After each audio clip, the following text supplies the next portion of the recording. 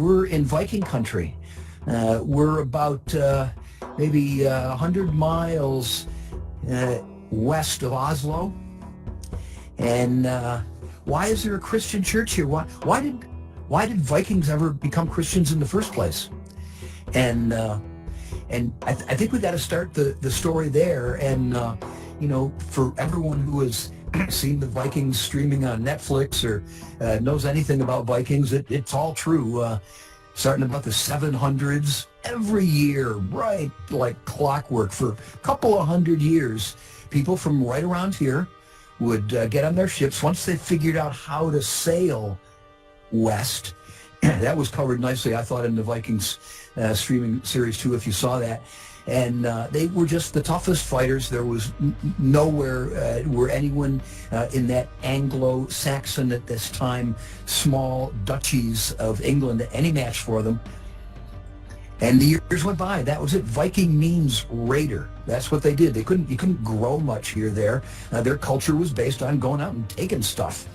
And for centuries, they'd been going east toward Russia, but when they could start to go west, it really opened up new territory for the people that lived here. And the people who that they were raiding every year, the Anglo-Saxons, were Christians. They were Roman Catholic Christians. That was the only type of Christians there were then. So that meant they were part of a national, global network. And as the Vikings, year after year, started to realize, well, we could trade too. I mean, we don't always have to take stuff. We're willing to trade. And Anglo-Saxon dudes would say, okay, well, we'll trade. And the Vikings started to realize they weren't getting the same deal as when the Christians traded with other Christians. And there has always been a very close and intimate tie between doing business with my people and doing business with the other. And I think we're aware of that feeling right now. And after about a couple hundred years, you can read about the conversion of Norway to Christianity, but some of the Viking kings or barons started to say, okay, fine, I'll do the Christian thing. What do I got to do? Wear a cross? Done. Now, where's my 10% discount? And what made this convenient, of course, for the Anglo-Saxon kings was that they could then say to these really tough guys, hey, now that you're on our team, go help us, kill some Picts or some of these other people that haven't joined our team yet. It went on that way for a while. The guy who was the most famous about Christianity and where we are right now is a guy named Olaf, because he took it to the next level. It's not just that you got to wear a cross, and it's not just that you got to beat up the guys the Christians don't like. Christianity at this time was it. There is no other network. There's no universities. There's no McDonald's. There's no nothing. So Christianity means here we have an abbey, here we have a church there. We got our people. England was building a national network based on nodes that were Christian outposts. Olaf was the first of the Norwegian kings who got that. What that meant is he could say, hey, pagan guy who's always been threatening me anyway, you're not on the team, we're going to kill you and take all your stuff, and I'm going to install my guy there because he's the Christian guy. That's where we are right now. Dag Eilifson built that church up there and owned all this land that you see because he was one of the new guys that got with the early Christian Norwegian kings and said, fine, Christianity, good, I'm on that. They threw out the other guys, gave Dag this land. He started collecting his tithes from the people all around, passed some of it up to the king. It's all about greasing the wheels.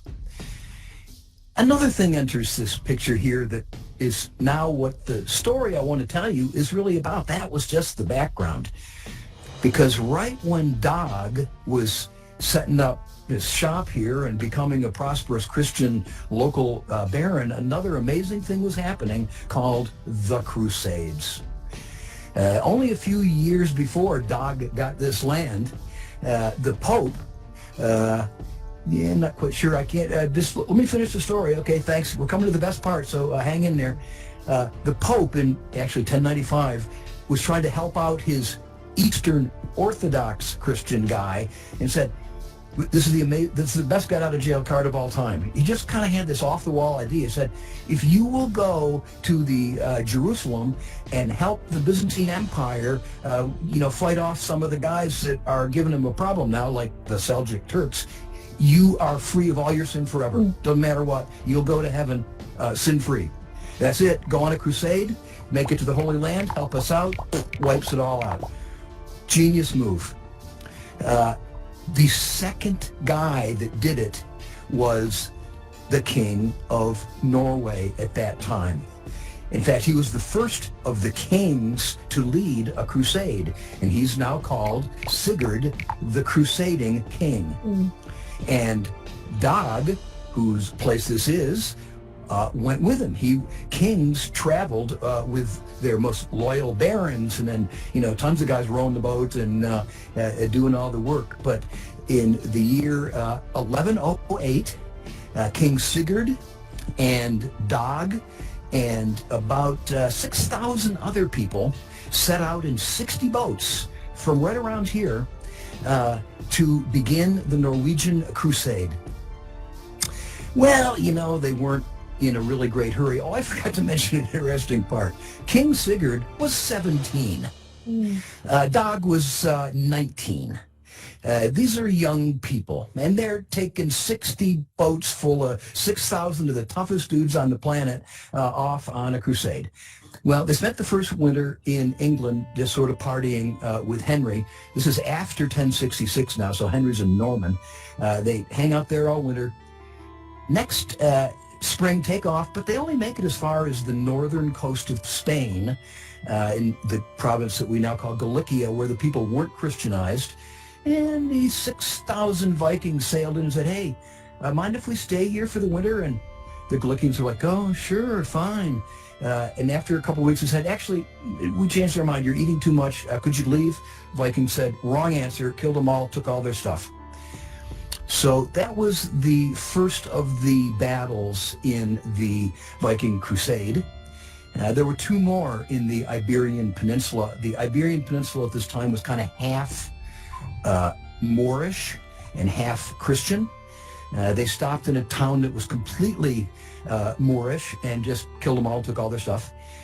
They made it to what's now Lisbon that was kind of half and half. So they joined the Christians and then killed all of the Islam guys and took all their stuff. And then they kept sailing now into the Mediterranean and came to a battle that is sometimes described as one of the most colorful battles in military history, but then they don't describe it. I had to go to the Chronicles of Snorri Sturluson, the famous Norwegian folk teller, to get the details of the following story. This is the heart of the story right now. These guys are on a holy pilgrimage to save their religion from another religion, and along the way they have permission to kill as many as the non-religion guys as possible. And right at that time, in the Balearic Islands group, a small group there in the Mediterranean, kind of where France and Spain come together, there was a notorious group of Moorish pirates. And that was their home base, and they just would screw up everybody going in the Mediterranean and then go back to their unassailable redoubt, which was a gigantic cave halfway up a sheer cliff. And then right inside the mouth of that cave, they built a big wall. If you tried to come up the cliff, they would just you didn't have a chance. They would just kill you. But they forgot that they were fighting the Vikings. So of these 60 ships, they still had all 60. They had very few losses, no losses of ships. Every ship has its own dinghy. It would actually be called a bark then. So they kind of sailed around the other side of the island, hauled two of the barks to the top of the cliff, got their heaviest ropes, wound them around the biggest trees, got their strongest dudes, and lowered a bunch of warriors down the side of the cliff in the bark. As soon as they get to the mouth of the cliff, they start throwing arrows and projectiles and burning oil inside there, completely screw up the defenders, never anticipating that in a million years. They retreat behind the wall. Meanwhile, the Viking dudes at the bottom have got these gigantic trees that they haul up with ropes. They use those trees swinging from the bark as a battering ram smash down the wall, haul up more trees, jam them through the hole, light them all on fire. That's it. Smoked them out. Killed them all. Took all their stuff. That's 4 straight wins for the Vikings. They took a little rest in Sicily. I mentioned Sicily because King Roger, it just sounds funny, King Roger of Sicily was actually 12 years old. What is it like when, just try to imagine 6,000 Vikings landing in your Christian Sicilian kingdom, so you're going to be okay, but they're going to now want to winter there. It's just funny to think about. After their stay in Sicily, they finally did what they had intended to do all along. After 3+ years, they made it to Jerusalem. And they were welcomed by the Christian installed king of Jerusalem, Baldwin, gave them the royal welcome, baptized them all in the Sea of Galilee, and most importantly, gave them gave them many, gifts and treasures, but a sacred relic. And a relic doesn't mean just any old thing. A relic means something that's imbued with special powers because of its proximity to a special spiritually evolved person, in this case, Jesus Christ. What they were given, what King Sigurd the Crusader and his buddy Dag here was given, was a splinter from the true cross on which Jesus Christ was tortured and crucified. Well, they had to do, it was a twofold thing. They had now their spiritual pilgrimage, and I don't think that we can underestimate the power for the people, I think, of this time or of any time to go through what they went through and have something that they believed was imbued with spiritual meaning given to them, and they were feeling pretty good. They sailed up to Constantinople. The guy that they were really trying to sort of help out in the geopolitical struggle. Constantinople hung on for about another 300 years, and they were welcomed, wonderfully there. And there, I don't know if the decision had been made all along, but Sigurd decided, we've already done the sailing thing, so why don't we go back the land way? He has now 59 boats left. He lost 1 boat in all of the work. I forgot to say, on the way to Constantinople, he helped in a blockade of Sidon, a coastal city that the Saracens, as they were called, had unfortunately taken. So that was the work part. They helped with a blockade of Sidon and recaptured it for the Christians. Went up to Constantinople, were welcomed again, and they said, okay, well, you take the 59 boats that we got left. And the emperor said, okay, well, you can take some horses and wagons. Another little funny thing about the story for people who don't know this history is that, if you know anything about Byzantine history, the people you got to really worry about is your own family. It's one assassination after another. You're the king for a month and your brother-in-law assassinated. It's unbelievable. So your bodyguard has to be people that have nothing to do with anything. For centuries already, but the Byzantine emperors had been using Russians as their personal Varangian Guard, it was called.